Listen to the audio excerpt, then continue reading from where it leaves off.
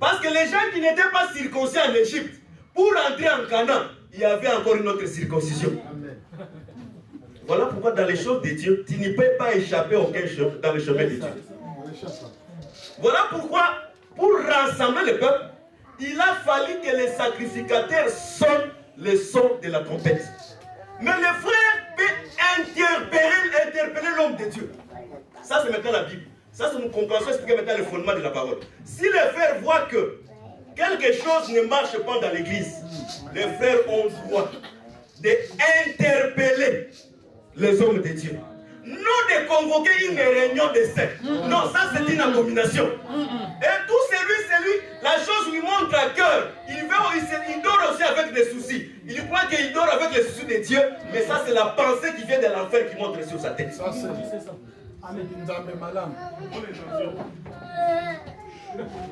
C'est-à-dire, le frère peut interpeller l'homme de Dieu. Prenons cette écriture. Acte 11.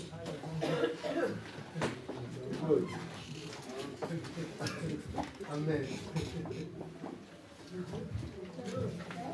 Acte 11.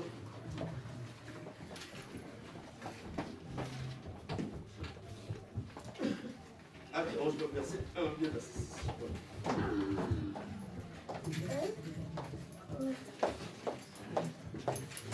Acte 11.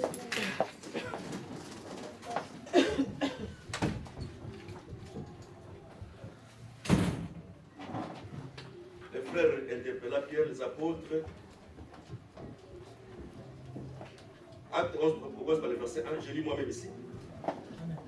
Les apôtres et le frère étaient dans la Judée. Ils apprirent que les païens avaient aussi reçu la parole de Dieu. Et lorsque Pierre fut monté à Jérusalem, les fidèles circoncis lui adressa les reproches. Donc on se limite là-bas pour ne pas prendre du temps. C'est-à-dire, quand les frères de Jérusalem ont appris que, parce que Pierre était prédicateur des circoncis. Mais après un temps, ils ont appris que Pierre est allé prêcher chez les païens. Les frères ont commencé à murmurer parce que Pierre avait prêché que les circoncis n'avaient pas part dans ces choses. Mais dans un certain temps, convaincu par le Saint-Esprit, qu'ils refusaient de manger les viandes qui étaient pas bonnes, Dieu l'a convaincu, il a mangé, et les frères ont commencé à murmurer. Et quand Pierre était venu, les frères ont interpellé Pierre pour lui faire des reproches par rapport à l'enseignement lui-même qu'il avait enseigné. C'est-à-dire les frères ont le droit de reprocher un ministre. Mais les frères n'ont pas le droit de convoquer une réunion de l'Assemblée. Parce que les frères n'ont pas le souffle de sonner la trompette. C'est ça, merci. Mais nous sommes aujourd'hui, les gens, quand nous sommes séparés, les gens croient que ça c'est la révolution. Non. Ça, l'église, ce n'est pas une révolution. Parce que quand il y a une révolution, on va se partager le pouvoir. C'est lui parce qu'il était avec moi, toi, tu deviens compagnon de la révolution. Toi, comme c'était comme ça, toi, tu deviens... Non, l'église, ce n'est pas comme ça. L'église, c'est l'institution divine qui marche avec les fondements de la parole. Et quelles que soient les circonstances, quel que soit le temps, les fondements doivent rester debout. Voilà pourquoi si nous ne prêchons pas la doctrine, le peuple n'aura pas une forme. Beaucoup, aujourd'hui, ils n'ont pas de forme parce que la doctrine n'est pas assise dans leur vie. Les gens croient que dans l'église, tout le monde peut faire n'importe quoi. Non. L'apôtre Paul, qui est l'apôtre des païens, il n'a jamais prêché à Jérusalem. L'apôtre Paul, qui est l'apôtre, il n'a jamais discuté avec les Pierres. Lis très bien la Bible. Mais, il a reproché Pierre parce que l'écriture des reproches lui a été donnée. Quand il a vu que Pierre a esquivé, il lui a reproché, toi qui es circoncis, c'est comme si tu entends ce que tu avais déjà prêché. C'est-à-dire, un frère peut reprocher un autre ministre comme aussi son frère. Merci. Voilà pourquoi tous les frères qui font des réunions, sans le mandat de faire des réunions, ils sont les candidats qui doivent se répartir, ou encore ce sont des gens qui iront directement dans l'affaire. Voilà. Nous avons déjà commis beaucoup d'erreurs. Même quand nous nous sommes séparés, nous avons aussi commis beaucoup d'erreurs de frères à convoquer des réunions, en faisant des choses qui n'ont pas de fondement de la parole de Dieu, qui sont aussi mauvais. Dieu ne marche pas en dehors de la doctrine de la parole. Voilà pourquoi l'agneau pour les rassemblements, parce que la Bible dit là où il y a les cadavres, là s'assembleront les aigles. Et les aigles, quand il y a la parole, doivent se rassembler. Mais les os, on ne peut pas les briser. Beaucoup ont déjà brisé les os. Ils ont s'affouté. La doctrine, ça reste. Je fais pétiner la doctrine. La vie de Dieu, c'est dans la pratique de la parole. C'est dans la doctrine. Parce que le ministre, un vrai ministre, il est premièrement porteur de la doctrine. Si nous trouvons que dans l'église, il n'y a pas la doctrine, on doit demander les ministres qui sont dans cette église. Parce que ce qui est différent entre nous et les branhamistes, ce n'est pas la révélation. Parce que la même révélation que nous avons, les branhamistes aussi prêchent. C'est ça, c'est ça. Ce qui est différent, nous, avec les églises des Noirs, ce n'est pas la révélation. Parce que l'église des Noirs peut te dire que Jésus était aussi noir. Mais l'apôtre Paul, qui est l'apôtre des païens, quand il vient nous prêcher, il dit que si on connaissait Jésus selon la chair, mais le Jésus que nous prêchons aujourd'hui, c'est le Jésus qu'on ne connaît plus selon la chair. C'est-à-dire Dieu voulait seulement dire que la doctrine, c'est le fondement. Voilà pourquoi en Israël, on ne peut pas offrir une autel qui n'est pas fondé de 12 pierres. C'est ça. Voilà pourquoi un Israélite,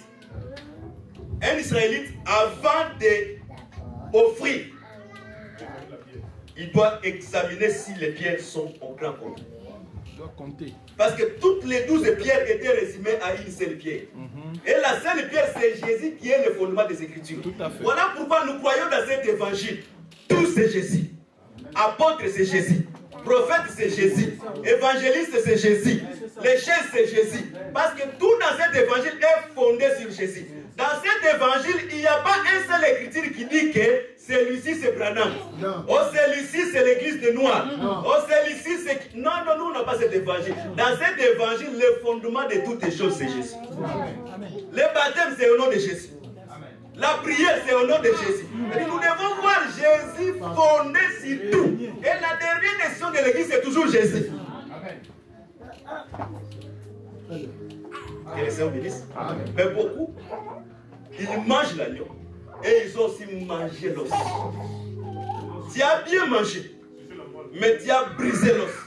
Or, quand on brise l'os, quand l'esprit de mort vient, vous savez, s'il y a des gens qui savent servir Dieu fidèlement, dans les mauvais sens, c'est le démon. Parce que les démons, ils connaissent même leur temps. Mais les fils de Dieu ne connaissent pas leur temps. Parce que quand Jésus voulait chasser les démons chez l'homme de Gadara, les démons ont dit à Jésus, ne nous trouble pas. Parce que notre temps n'est pas encore accompli. Les démons ont la notion du temps, ils comprennent les choses de Dieu. Mais les enfants de Dieu ne comprennent pas les choses de Dieu. Que le Seigneur bénisse. Parce que nous croyons que la mort de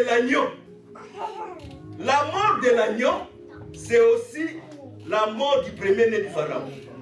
Parce que la Bible dit, quand Jacob bénit Ruben, il dit Ruben, tu es ma force, Ruben, tu es ma prééminence. C'est-à-dire le premier-né, c'est la force. Mais la mort du premier-né de Pharaon en Égypte, c'est la perte de la force aussi du Pharaon. Le premier-né de Pharaon, c'était la force du Pharaon. Quand il est mort en Égypte, le Pharaon aussi a perdu sa force. Voilà pourquoi nous croyons. Jésus comme étant le vrai agneau. Quand il est mort à la croix, le diable a perdu aussi sa force. C'est le diable aujourd'hui que nous sommes en train de voir, il est sans force parce que son premier-né est déjà mort. Mais ce qui reste maintenant, le diable, c'est que le Pharaon et toute son armée soient précipités dans la mer Rouge. Or, le Pharaon et toute son armée seront précipités dans la mer Rouge. Ce n'est que dans la guerre d'Armageddon. C'est là que le Pharaon et son armée seront tous. L'armée de Pharaon, c'est l'ensemble de l'armée de toutes les nations qui seront réunis pour combattre l'Israël. Mais à ce moment, la mer Rouge va les engloutir et les cavaliers. Mais quand on combat, la mort du premier-né, c'était la perte de force du Pharaon. Voilà pourquoi nous croyons, pour nous qui ont cru. Tu ne peux pas dire que j'étais baptisé pendant que j'étais dans le groupe de prière. Non. Quand tu étais dans le groupe de prière, les baptêmes là, tu te lavais de l'eau comme on se lave, comme aussi les enfants d'Israël allaient chaque fois dans le journée pour se laver. Merci. On n'a jamais dit qu'ils étaient baptisés en Joseph. Non. Oh, ils étaient baptisés en Abraham. Non. Dans la Bible, il y a deux messagers. Il y a Jésus et il y a Moïse. Voilà pourquoi l'Israël devait être baptisé en Moïse. Mais aujourd'hui, on est baptisé au nom de Jésus. Mais pour être baptisé, il faut manger l'agneau pascal. Si tu n'as pas encore écouté la bonne parole, parce qu'on demande toujours la question, avez-vous reçu le baptême le jour que tu avais cru? La croyance, c'est quoi? La croyance, c'est le jour que tu as reçu la précision de la parole. Apollos, c'est quelqu'un qui prêchait avec éloquence. Il maîtrisait les Écritures. Mais on lui a posé la question. De quel baptême es-tu baptisé? Il dit c'est le baptême déjà. Non, le baptême aujourd'hui c'est le nom de Jésus. Apollos, prédicateur éminent. Reconnu. Il avait la capacité de diviser l'église de Pierre et de Paul. Mais on l'a pris. On l'a mis dans l'eau. Pour recevoir le vrai baptême. Pour tout celui qui n'a pas encore reçu le vrai baptême, il a ses péchés en lui. C'est un péché. Merci. Parce que le pardon du péché et le baptême sera prêché au nom de Jésus-Christ. Celui qui n'est pas encore baptisé de cet évangile, c'est un péché. Voilà, venez vite. Même si on ne trouve pas comme ça, mais nous par rapport aux Écritures, le péché c'est le refus de mettre la parole de Dieu. Quel est son bénéfice? Le premier campement, c'est le rassemblement. Mais le rassemblement tout autour de quoi? Tout autour de l'agneau. Amen. C'est-à-dire quand nous quittons la maison, nous ne venons pas ici pour des futilités. Quand nous quittons la maison, nous venons tout autour de la parole. Parce que nous avons la vie et le mouvement au travers de la parole. Voilà pourquoi nous veillons que les bornes anciens ne soient pas déplacés. Quand nous voulons remettre, vous savez, c'est facile de dire, hein? Nous ici c'est les Écritures, nous ici c'est les Écritures. Mais quand nous voulons poser les Écritures, montrez-nous une écriture là où il y a le collège entre les ministres et les frères. Le retour des Écritures, ça va chasser d'autres personnes. Et nous croyons dans cet évangile. Si tu n'es pas destiné, tu peux être ici, mais l'évangile elle-même va te chasser. Voilà. Merci Jésus. Merci. Pour un enfant, vous savez, je vais m'expliquer ce que nous avons vécu, parce qu'il faut qu'on nous donne les exemples que nous avons vécu. Merci. Moi qui vous prêche et les autres ministres, moi j'ai déjà prêché à peu près 24 ans, 25 ans, ministre dans l'évangile éternel, pas dans notre évangile. J'ai des frères qui sont pasteurs dans cet évangile. Mais quand je suis venu ici, à montrer, le docteur Carlos a dit, vous êtes des frères. J'ai accepté, moi, que je suis frère. Mais ça n'a pas enterré mon ministère. Si tu as le ministère, personne ne va enterrer ce ministère. Amen. On a été humilié par plusieurs formes parce qu'un ministre, c'est un balai. Amen. Merci. Un ministre, c'est un balai qu'on est tenté de balayer les saletés tout le temps. Tu ne peux pas dire un ministre, si Dieu ne t'a pas encore brisé jusqu'au dernier brisement. Tu veux être ministre orgueilleux n'existe pas. C'est ça. Voilà. Merci. Un ministre, c'est quelqu'un que Dieu a levé. Parce qu'un ministre, on le lave devant le peuple. Voilà. L'humiliation d'un sacrificateur, c'est qu'avant qu'il soit sacrificateur, on doit l'ôter tous les vêtements et on doit les laver nus. C'est-à-dire, un ministre, c'est quelqu'un qui n'a plus honte. Parce que tout le monde a déjà découvert sa nudité. Mais tu ne peux pas être un ministre avec les vêtements. Moi, je suis ministre. Non, un ministre ne peut pas être orgueilleux. Un ministre, c'est quelqu'un que Dieu a pris pour l'humilier. Si la chose de Dieu est en toi, personne ne va l'étouffer. Jamais. On était avec Carlo, quel que soit ce qui était, nous on est toujours ministre, on continue toujours à servir Dieu. C'est ça, servir Dieu. Voilà. Mais tout le temps que nous avons passé avec les docteurs Carlo, mais vous les autres, si on vous fait passer cela, qu'est-ce que vous allez dire? Vous allez dire que c'est un scandale. On était avec eux, on n'a jamais mangé la dîme. Il y a même des communiqués, on était incapable de délivrer une personne qui était malade. Mais on était toujours là. Parce que le ministère, si tu as la chose de Dieu, au temps convenable, ça va se manifester. Quel que soit ce que Saoul voulait que David ne soit pas roi. Mais comme David a été déjà oint par Dieu, la royauté, dans la marche de David, même dans la forêt, Dieu est avec lui. Dieu va montrer, même là où tu es seul, Dieu va montrer que tu es l'élu de Dieu. Amen. Mais dans les choses de Dieu, même si tu es appelé, mais il y a une principe. Il y a l'ordre que nous appelons l'ordre dans le ministère. Voilà pourquoi la Bible dit, Moïse dit ceci. La Bible dit ceci. Quand il va dans une fête, il ne faut pas s'asseoir dans le premier place. De peur que quand on va venir, on te dit lève-toi, descends là-bas, ta place n'est pas ici. Il faut s'asseoir là-bas. Il faut que les gens te disent monte. Le ministère dans la doctrine, même si tu es appelé, pour commencer à prêcher, il faut que les gens qui sont au-dessus te disent que monte ici. Tu ne peux pas monter de toi-même. Quand tu montes de toi-même, quand nous allons voir que la chose n'est pas en toi, quand on va te dire que rentrer, que tu deviens disciple, c'est là où tu vas te garer. Tu ne peux pas résister.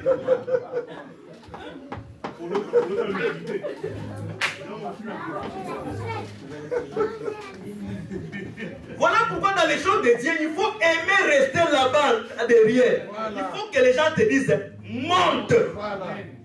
Mais si tu viens te mettre et qu'on vient, on va te dire toi, ta place n'est pas ici, descends. Ça sera un grand. Il faut être un fils de Dieu. Il faut être un fils de Dieu. Quand on te dit descends, et tu descends. On est derrière. Que le Seigneur vous bénisse. Le ministère et l'ordre dans l'église, il est aussi très important. Vous savez, la Bible dit ayez la déférence. Beaucoup de gens, ce sont des impolis, premièrement charnels. Et ils ont pris seulement le manteau de l'évangile éternel pour couvrir leur impolitesse. L'évangile éternel, c'est un évangile de respect. La Bible dit respectez-vous les uns et les autres. Même moi, comme étant ministre de Dieu, je dois de respecter tout celui qui vient dans l'église. L'évangile sans le respect, voilà pourquoi la Bible dit vers les derniers, les signes des temps de la fin, que Paul nous a prêché. Vers les derniers jours, beaucoup vont perdre le bon sens. Beaucoup de gens n'ont pas le bon sens, les bonnes manières. En étant dans l'évangile, quand il y a le bon sens, c'est aussi l'un des clés de la délivrance. Parce que quand on délivre les fous de Gadara, premièrement, on les trouve vêtus, assis. Et la Bible dit il a retrouvé son bon sens. Quelqu'un qui est délivré, c'est quelqu'un qui a retrouvé le bon sens. Qu'il sait comment respecter les gens. Il faut savoir respecter depuis les plus petits jusqu'au plus grand. Évangile sans respect, ce n'est pas l'évangile. Il ne faut pas confondre le respect et la vérité. Si je vais dire quelqu'un la vérité, il y a une manière de dire à mon frère, avec amour, mon frère, je trouve qu'en toi, il n'y a pas de ministère. Parce que l'église doit avoir aussi la capacité de prouver. Mon frère, je trouve que le chemin que tu as emprunté, ce n'est pas le chemin de la Bible. Mais si on veut remettre quelqu'un dans le chemin de la vérité, mais la personne, il est en train de muscler sa position, donne l'écriture qui te permet de faire ça. Dans chaque fois quand nous faisons de quelque chose dans l'église, tu peux quitter l'église, tu crois que tu es parti béni, mais tu es parti avec les problèmes de Dieu. Pour que l'Israël gagne la guerre, si Akan cache le manteau de Shinéa, jusqu'à ce que le manteau de Shinéa sera découvert, la maison d'Akan sera détruite. C'est à ce moment l'Israël va aller dans la guerre et vaincre la guerre. Il y a d'autres gens, ils ont les mauvais enseignements qui est le manteau de Shinéa, qu'ils ont caché dans leur maison. Ils ont quitté les groupes de prière, mais ils sont venus avec les enseignements des groupes de prière.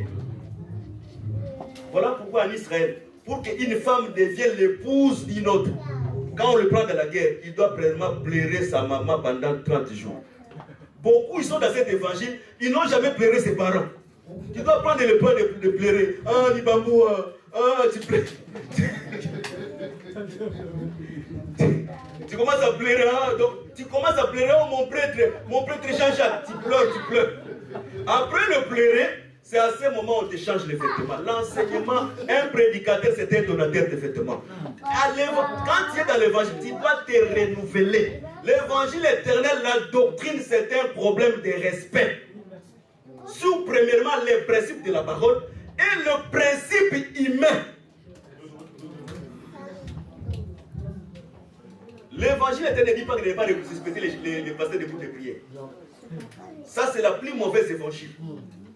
Paul, quand le souverain sacrificateur Caïphe l'avait frappé, il a injurié.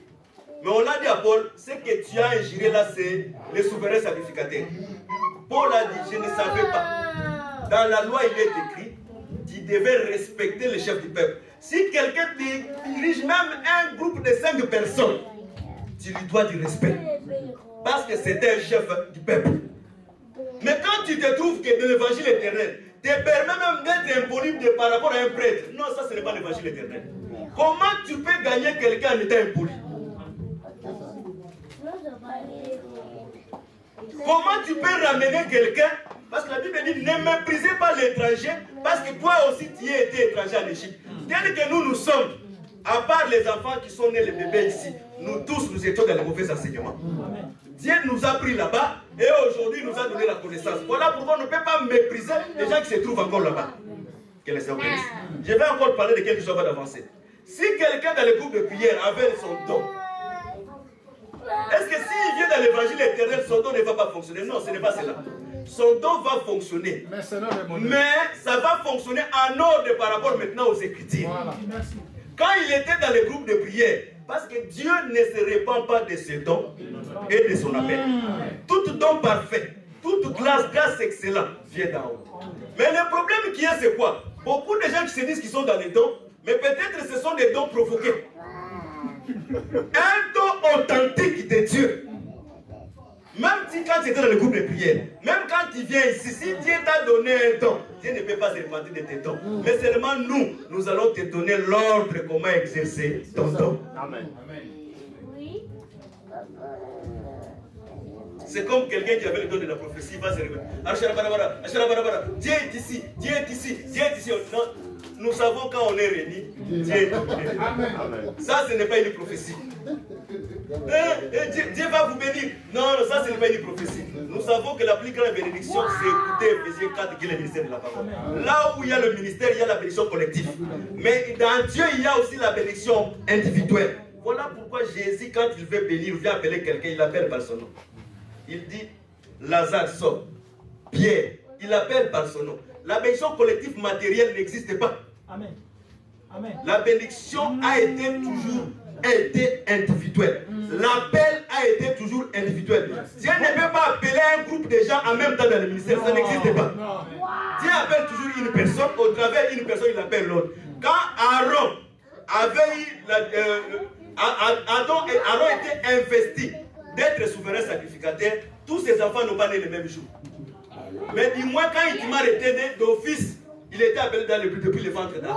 Après Itamar, l'autre aussi était né. C'est comme ça. L'appel, Dieu appelle. Même Élie, quand il jette le manteau, il n'appelle pas tout le monde à la fois. Il marche, il trouve Élisée, il jette, il appelle. Il marche, il trouve. C'est comme ça, Dieu. Dieu ne peut pas appeler les gens collectivement. Même le salut n'est pas collectif. Le salut est individuel. Mais la parole que nous prêchons, c'est celle qui est une bénédiction collective. Mais à chacun de nous, il a une manière que Dieu est en train d'apporter et de déposer dans son propre cœur. C'est ça. Donc, tu ne peux pas commencer à marcher si premièrement tu n'es pas rassemblé tout autour de l'agneau. Si tu n'as pas encore écouté la vraie parole, parce que c'est l'agneau qui sera la force d'Israël pour marcher de l'Égypte jusqu'à Canaan. C'est la vraie parole, la partie que tu as mangée. Quand on dit que, quand la Bible dit que nous connaissons tout, nous connaissons en partie. La Bible ne dit pas que, tel que nous sommes en Égypte, quelqu'un seul a mangé l'agneau, c'est non. Chacun a mangé une partie de l'agneau. Et le parti qu'il a mangé, pour lui, c'était la totalité. C'est pour dire que tel que nous sommes réunis ici, la parole que tu écoutes aujourd'hui, quand cette parole trouve la foi en toi, si tu mets, tu es sauvé à cause de cette parole que tu as écoutée aujourd'hui. Mais pour que nous puissions rassembler l'agneau, il faut que tous les gens qui ont mangé l'agneau se rassemblent pour faire le corps d'un agneau. Voilà pourquoi quand nous nous rassemblons tous, nous formons un seul corps. Même le ministère, avec la grâce de celui-ci et avec la grâce de celui-là, c'est à ce moment que nous formons toute la grâce de Dieu. Voilà pourquoi dans la doctrine, même dans l'église ici, nous devons aussi manger la Sainte Seine. Sinon, on va parler, mais on ne mangera jamais la Sainte Seine. Voilà. Dans l'église, il faut que tous les points de la doctrine, que nous puissions goûter à cela. Et quand nous allons manger la Sainte Seine, nous devons gêner, nous devons prier, nous devons voir si tu es dans le péché ou tu n'es pas dans le péché. Voilà. Nous allons voir si ta femme va manger la Sainte Seine ou ne va pas manger. Parce que je ne peux pas comprendre que mari et femme dans la même maison, le mari mange la Sainte Seine et la femme ne mange pas la Sainte Seine. C'est là que je vais te soupçonner. Comment moi je mange, toi tu ne manges pas. Merci. Merci. Merci. Dans la doctrine, une femme ne peut pas prier dans la maison. Ou un mari, s'il n'a pas demandé à sa femme, à son mari, est-ce que tu as besoin de moi? S'il dit que je n'ai pas besoin de toi, à genoux, toi commence à prier. Mais toi-même dans la maison, tu t'assois, ton mari, tu n'as rien dit, tu commences à prier, c'est diabolique. Amen. Parce qu'on doit prier par un commun accord. Avant de commencer à prier, il faut demander. Lisez bien Corinthiens 7. Tu ne peux pas t'agenouiller sans dire à ta femme comment. Tu as besoin de moi ou pas? S'il dit non, priez. S'il n'a rien dit, toi t'assois, commence à prier de 3 heures du temps. Peut-être lui t'attend, toi tu es comme ça, c'est diabolique. Tu crois que Dieu t'exauce, mais Dieu ne t'exauce pas. Merci. Merci. Amen. Oh, tu déranges mon Dieu. Non, Dieu n'est pas là. Dieu se trouve dans la doctrine. La doctrine doit être respectée. Voilà pourquoi la Bible dit, ne vous privez pas si d'un commun accord. Et pour que nous puissions prier, nous devons avoir un commun accord. Et après, c'est à ce moment, nous pouvons vaquer maintenant à la prière pour que les diables ne nous tentent pas. Voilà pourquoi beaucoup de gens croient que la maison, ils prient. Mais ils prient parce que la doctrine de la parole, l'os, il a déjà pris. Quand il brise l'os, même tu as une bonne intention de prier, Dieu n'est pas depuis dans tes prières. Voilà pourquoi avant de marcher, Dieu a permis que l'Israël ne brise pas. C'est-à-dire, à chaque fois que nous serons rassemblés, parce que le rassemblement c'est à Kadesh. Quand on est rassemblés, on doit premièrement veiller dans le rassemblement si on va briser l'os ou on ne va pas briser l'os. Quand nous trouvons que nous commençons à briser l'os, là, sachez-le, nous sommes bien à la doctrine. Voilà pourquoi Dieu nous a échappé dans beaucoup d'histoires. Nous avons fait beaucoup de prières ici. Nous avons fait beaucoup de jeûnes ici. Mais comme le fondement de la doctrine n'était pas posé, le frère murmurait, les femmes même dans l'église murmuraient. Ça, c'est le manque de la doctrine dans l'église. Dans l'église, quand on vient, que tout le monde fasse silence devant la face de Dieu. Personne ne vient ici pour critiquer l'autre. Personne ne vient ici pour parler le mal de l'autre. Quand nous venons ici, il y a une cause noble qui nous amène ici. C'est la vie éternelle, afin que nous puissions écouter la parole. Et nous puissions nous perfectionner. Les révélations, c'est bien. Parce que tout le monde veut avoir la révélation. Mais la doctrine, c'est l'os que l'Israël ne peut pas briser. C'est l'os qui donne la forme à une femme. L'église doit avoir une forme. L'église sans os, c'est une église sans forme. Où les gens peuvent servir Dieu comme ils veulent. Comment les frères peuvent faire des réunions parallèles dans une église de saints? Comment des sœurs peuvent faire des réunions parallèles dans une église de saints? Ça ne s'est jamais fait. Nous, notre réunion, c'est devant la parole de Dieu. La vérité, c'est dans l'église. Même si on a des problèmes, mais la vérité, c'est dans l'assemblée. Nous ne disons pas que tout ce que les ministres font ici, c'est biblique. Non, mais il y a aussi une manière de dire la chose que ceci c'est biblique ou celle-ci n'est pas biblique. Je vais donner un exemple. La décision de conférence de Jérusalem, Paul n'a jamais accepté cela dans sa conscience.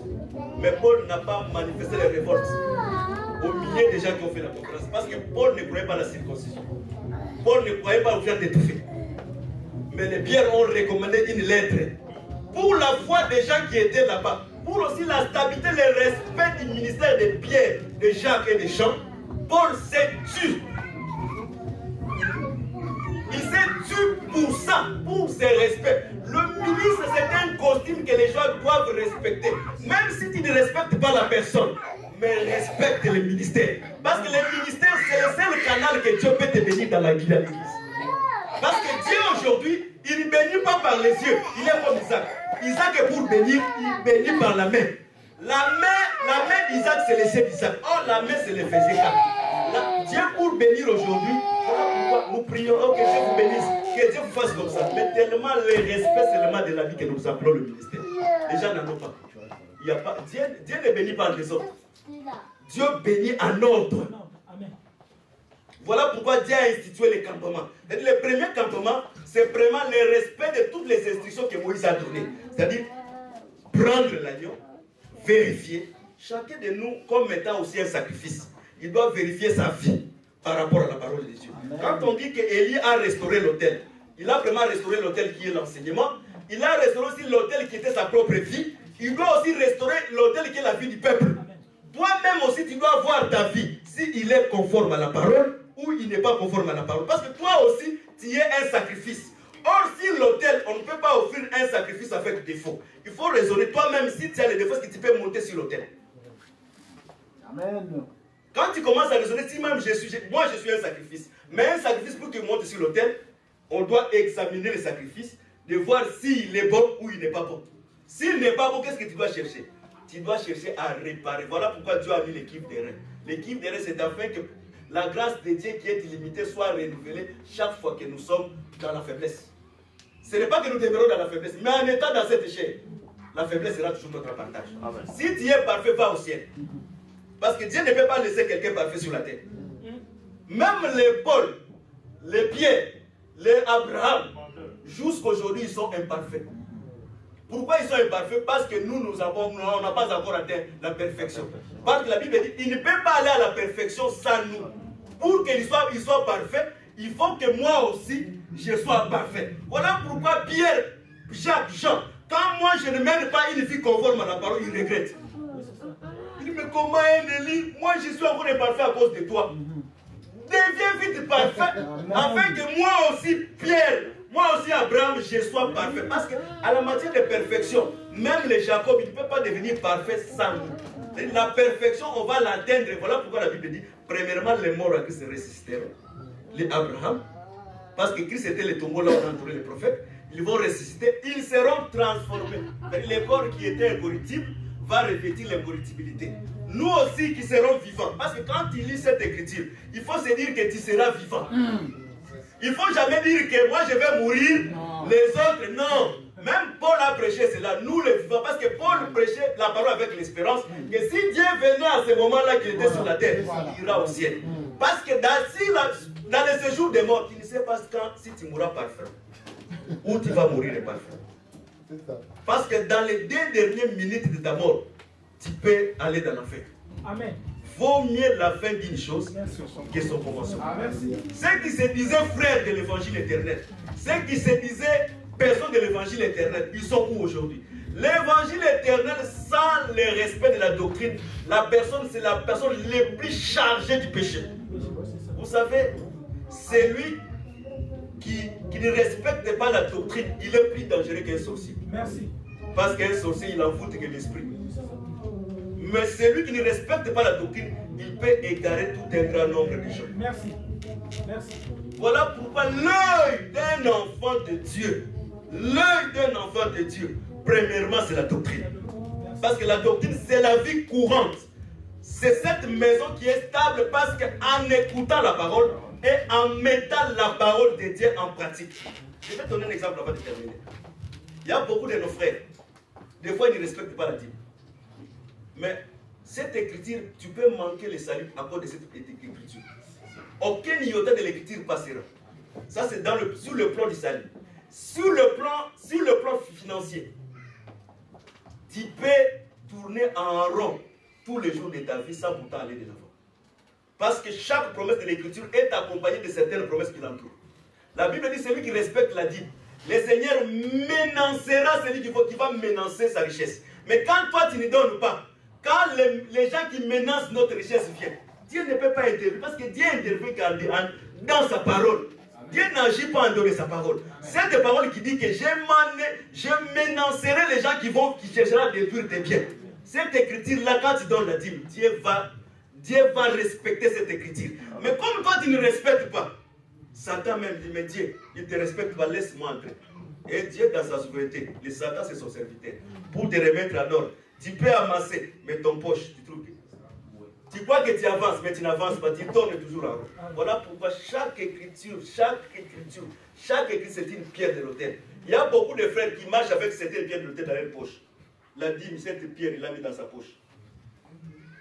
Et ne vivez pas dans l'impudicité, cette écriture, il l'a mis dans sa poche. Donc son autel est resté avec 10 pieds, ou son autel est resté avec 11 pieds. Ou encore, il a pris la pierre, il a bien taillé. Parce que la pierre, quand on le prend, on le met tel qu'on le prend.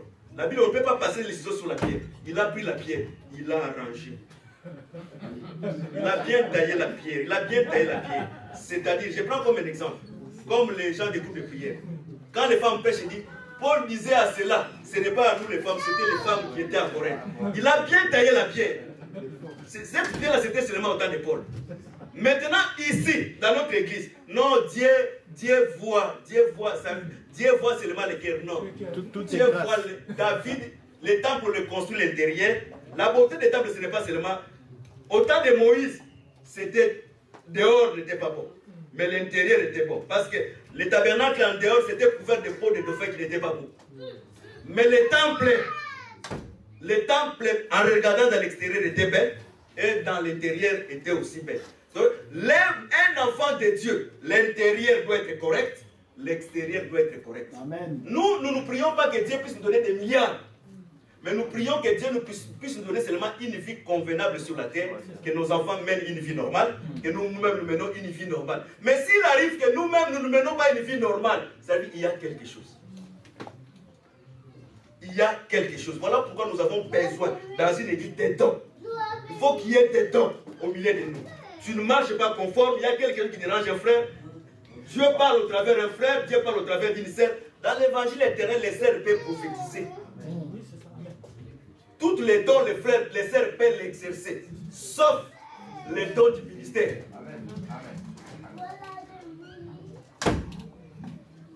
Si l'église n'a pas de dons, le fondement aussi des apôtres n'est pas respecté. Je vais terminer. Comment le prédicateur de l'évangile éternel détruit les dons? Un prédicateur, c'est comme quelqu'un qui édifie la maison. Quand tu n'as pas bien mis tu n'as pas bien tracé les formes de la maison, le mur peut être incliné. Un prédicateur peut enlever aux gens la foi de la guérison. Parce que l'écriture doit avoir l'espérance. Je vais donner un exemple. La Bible dit, en Israël, on n'aura pas de femmes stériles ni de femmes qui avortent. Un prédicateur de l'évangile éternel, mal compris l'évangile éternel, il prend seulement cette église dans une seule vision spirituelle. Il dit, la femme qui avorte, la femme prodigue qui ne peut pas avorter, c'est nous qui avons reçu la semence de la vraie évangile. La semence, c'est la parole de Dieu, parce que quand tu reçois cette semence, tu ne peux plus avorter. C'est réel. Mais tu as oublié, cette écriture a aussi une facette charnelle. Une femme qui vient dans l'église, il a un problème de concevoir. Cette écriture-là peut lui permettre aussi de s'accomplir dans sa vie. Je donne encore un deuxième exemple. La Bible dit, Dieu c'est le mari des veufs et Dieu c'est le père des orphelins. Quand tu prends cette écriture seulement sur la dimension spirituelle, tu dis les veuves c'est l'Israël parce que Moïse était mort. Les orphelins c'est nous parce que Jésus est mort à la croix. Cette écriture prend seulement une forme spirituelle, mais ça n'a pas une forme charnelle. Mais cette écriture doit avoir aussi une forme charnelle, parce que la Bible dit, avec les offrandes qui se trouvent dans l'église, on doit prendre et assister aussi ceux qui sont au rang des veuves. Parce qu'il y a des conditions pour enregistrer une veuve dans l'église. Il faut qu'il atteigne plus ou moins 60 ans, que le désir de la chair n'est plus en lui. La personne-là sera maintenant recrutée comme veuve dans l'église. L'écriture qui dit que Dieu c'est le mari des veuves sera maintenant accompli dans sa vie. Parce que l'église, comme étant Jésus, prendra soin maintenant de cette femme, comment elle va vivre. Mais cette femme peut-être, elle n'a pas des enfants ici ou bien elle n'a pas des enfants. Elle n'a plus les moyens de vivre. Mais si c'est écrit seulement une portion spirituelle, mais comment cette sœur doit, malheureux qu'elle est, elle doit avoir aussi la joie de communier avec les autres pour avoir l'assistance. Comment les orphelins qui ont perdu leur père, qui n'ont pas de maman, peut-être par les éléments fâchés de la fille, ils peuvent espérer dans l'église d'avoir quelque chose. C'est pendant que dans l'église de Simon, la Bible dit, il s'est partagé les biens selon aussi les nécessités de chacun.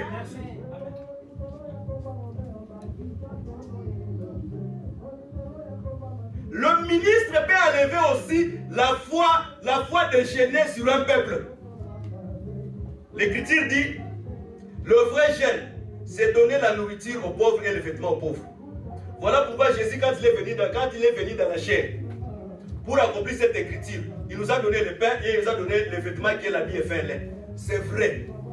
Mais cette écriture a une portion charnelle, mais cette écriture aussi a une portion spirituelle. Qui est une portion spirituelle? La personne, pour que l'homme intérieur soit renouvelé, pour que certains démons puissent quitter ta vie, tu dois charnellement comme ça gêner. Amen. Pour que les dons qui se trouvent en toi soient actifs, tu dois gêner. Parce que les Paul et Pierre, la Bible dit, ça ne se fait pas dans nos églises. Ils se sont rassemblés. Quand ils ont arrêté Pierre, ils ont prié. Les liens qu'ils étaient, les liens à trembler. Comment les gens peuvent se rassembler et que les liens là où ils sont en prière, les liens tremblent? Est-ce que les liens où nous sommes réunis ici, ça peut trembler aujourd'hui? Vraiment la foi de la prière, qui en a maintenant?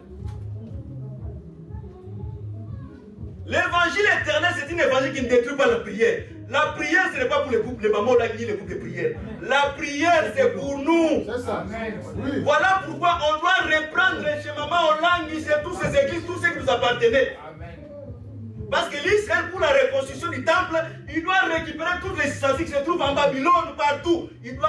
Ça doit retourner en Israël pour la construction du temple. C'est-à-dire, toutes les dons qui se trouvent à l'extérieur, on doit les récupérer. Si on doit chercher les dons dans son authenticité, c'est dans l'évangile éternel. Amen. Église sans vie de prière, église sans don, c'est les cavernes des sorciers. Et c'est l'ami de la pauvreté. C'est là où les sorciers fonctionnent encore plus. La Bible dit prier. La prière n'a pas de limite.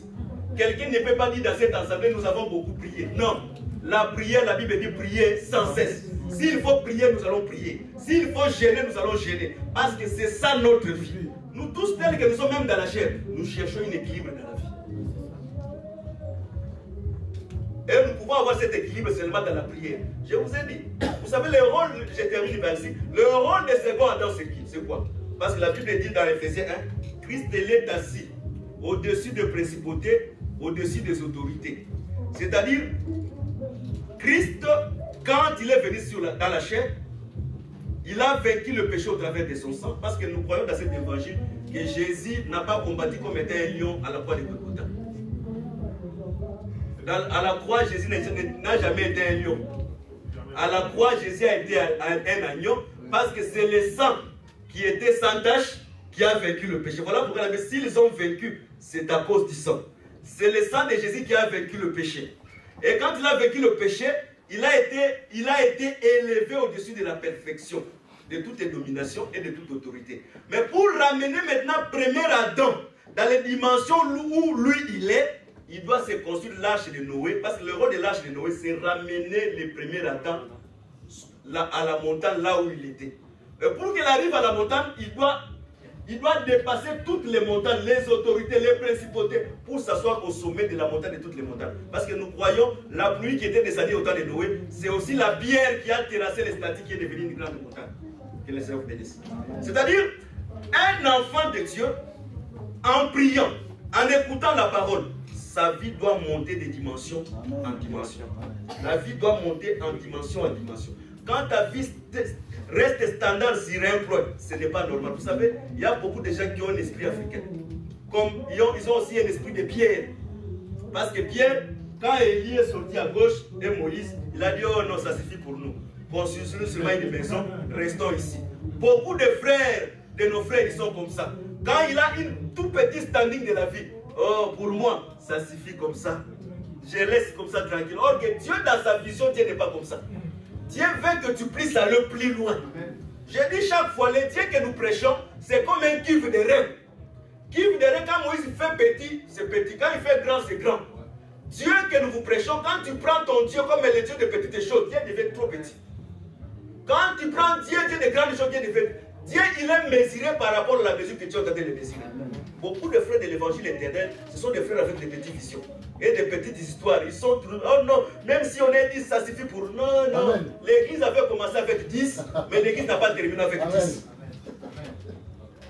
On doit aussi aller de l'avant. On doit te voir comment Dieu t'a fait. Ta prospérité, c'est aussi un enseignement pour les gens qui n'ont pas cru à cette parole. Depuis que tu as cru, financièrement, Dieu est le même. Charnellement, Dieu est le même. Donc, Dieu est le même dans tous les points. Comment quelqu'un peut venir à cet évangile que tu as cru? La personne doit avoir vraiment un changement intérieur en toi, sa manière de comporter. Et la personne doit devoir aussi avancer dans la vie. Parce qu'il y a un temps pour tout. Il y a un temps, nous ne glorifions pas le Seigneur quand Dieu nous donne. Même si on n'en a pas, nous glorifions toujours Dieu. Parce que nous savons qu'il y a un temps pour tout. Mais il y a un temps aussi que nous devons aussi nous réjouir.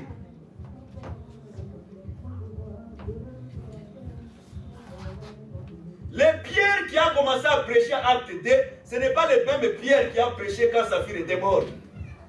Ananias et Saphir. Qui a déjà vendu son filet ici, il a ramené son argent dans l'église? Mais dans le temps de Pierre, les gens vendaient des... Voilà pourquoi il est impossible que nous puissions soutenir les pauvres dans cette assemblée. Même les veuves, s'ils sont réellement veuves, on va leur donner quoi? C'est parce que le frère n'avance pas. La Bible dit dans l'église de Simon-Pierre, il n'y avait pas des indigents. Les indigents de la pauvreté ne faisaient pas partie de cette assemblée. C'est parce que la prière, la crainte de Dieu était avec eux. Dieu faisait beaucoup de choses. Il est important que dans la doctrine, que nous puissions, quand le prédicateur prêche, il faut voir quand il prêche, est-ce que c'est qu'il prêche à l'espérance ou bien n'a plus l'espérance? Parce que quand l'écriture n'a plus l'espérance, un prédicateur ne peut pas dire, même si à quelqu'un, si c'est par le Saint-Esprit, Dieu te dit que la personne va mourir. Dis-lui que Dieu m'a dit, tu vas mourir. Voilà pourquoi arrange-toi, mets ta vie en ordre, en fait tu vas aussi, comme Esaïe a parlé à Ézéchias. Mais si quelqu'un, même il est malade, à la manière, avec l'intelligence humaine, je trouve qu'il va mourir. Mais avec l'intelligence spirituelle, l'homme de Dieu est toujours prêt à donner l'espérance. De prêcher la parole de l'espérance. C'est Dieu qui va travailler ou pas. Si Dieu il fait, c'est Dieu. Moi je sais quand je prie pour quelqu'un qui est malade, il sera guéri. S'il n'est pas guéri, gloire à Dieu. Mais moi, mon devoir comme prédicateur, je dois avoir vraiment la foi et prêcher à cet homme l'espérance. Mais nous sommes au temps où l'évangile de l'espérance a quitté beaucoup de gens. C'est comme un frère, il gênait. Il avait de très sérieux problèmes financiers. Il gênait. Il a fait une chaîne de 3. Je lui ai demandé, frère, est-ce que, comme tu as prié là, tu te sens après cette prière, Dieu peut te bénir? Ah non, je ne sais pas, mais si Dieu pas faire, mais il fera toujours. J'ai dit, c'est inutile qu'il a prié. Quand tu pries, ayez cette foi que tel que je prie, après cette prière, maintenant, Dieu va faire. Amen. Si Dieu ne fait pas, c'est Dieu dans sa souveraineté. Mais en toi, comme un enfant de Dieu, tu dois croire à ta prière. La prédestination n'existe pas sans la manifestation. Voilà pourquoi quand on se réunit, on se rassemble tout autour de la parole. Parce que pour commencer la marche, il faut premièrement qu'il y ait le sonneur de la trompette. Un ministre doit avoir le souffle. Le peuple doit avoir la compréhension des sons. Parce qu'un Israélite doit comprendre que ça c'est les sons de notre pays ou ça ce n'est pas les sons de notre pays. Voilà pourquoi nous connaissons nos ministres, nous connaissons les frères de l'évangile éternel à cause des manières de parler. Parce que cet évangile, tu peux te cacher comme Pierre. Comme Pierre s'est caché, mais la femme là, il y a Pierre. Ta manière de parler montre que tu étais avec cet homme. L'évangile éternel, c'est une manière que tu ne peux pas cacher. Nous avons une manière différente de prêcher avec les autres. Cette manière-là, on doit le trouver dans l'église. Et cette manière doit avoir le point le plus profond, la doctrine. Comment un frère peut se comporter dans l'église? Comment un disciple peut se comporter dans l'église? Nous avons fait beaucoup d'erreurs. Comment dans une église, il n'y a pas de classe dans l'exercice des dons? Parce que dans les dons, il y a le don du ministère qui est supérieur par rapport aux autres dons. C'est là l'écriture qui s'accomplit. C'est le supérieur qui bénit l'inférieur. Dans cet évangile, Un frère ne peut pas dire à un ministre que Dieu te bénisse. Non. Merci. Dans cet évangile, si le ministre te dit que Dieu te bénit, toi tu vas dire seulement merci ou amen. Mais toi tu ne peux pas répondre à un ministre que Dieu te bénit. Non, non. Abraham ne peut jamais dire à Melchisedec, Melchisedec, comme tu m'as donné le pain et le vin, non, non, c'est Melchisedec qui est le supérieur. Aujourd'hui, il a pris le manteau de l'Éphésiens 4. C'est lui qui va te dire que Dieu te bénisse. Et toi tu dis amen. Dans cet évangile où nous sommes dans la doctrine, un frère de l'évangile éternel ne peut pas te discuter les Écritures avec un ministre. Amen. La sagesse, on les cherche dans la bouche des sacrificateurs. Merci. Un ministre dans cet évangile, quand il te dit je suis incapable d'expliquer, toi maintenant explique, dans la Bible, il a déchiré sa robe. Parce que quand on déchire la robe, pour toi les sacerdotes c'est fini. Un ministre, c'est quelqu'un que Dieu a placé la chachette des temps de la fin pour expliquer les choses difficiles. Mais un frère, comme on a ramené Apollos, pouvait ramener à côté. Regarde ce que tu as dit là. Par rapport à l'évangile, je trouve que ce n'est pas conforme. C'est biblique. Si celui-là c'était aussi un ministre de Dieu, il dirait, oh non, moi je suis ministre, qu'est-ce que tu vas me montrer? Non. L'humilité. La parole est au-dessus de toutes choses. Amen. Et l'humilité à la manière dont on procède la gloire. Ça, Apollos, le fait d'écouter Priscille, il n'était pas devenu homme normal, il était resté ministre, mais il a corrigé son parcours. Amen. Mais tu vas voir un frère, il prend le ministre la parole. Non, ça ce n'est pas l'esprit de Dieu. Voilà pourquoi nous voulons, quand il y a un ministre doit être un bagage de la connaissance. C'est le bagage de la connaissance qui le permettra de défendre l'évangile. Mais nous ne disons pas que le frère, tout ce que le frère dit, ce n'est pas la parole. Non, les frères peuvent ramener aussi. Parce que les frères qui ont interpellé Pierre, c'est l'enseignement que Pierre a fait prêcher.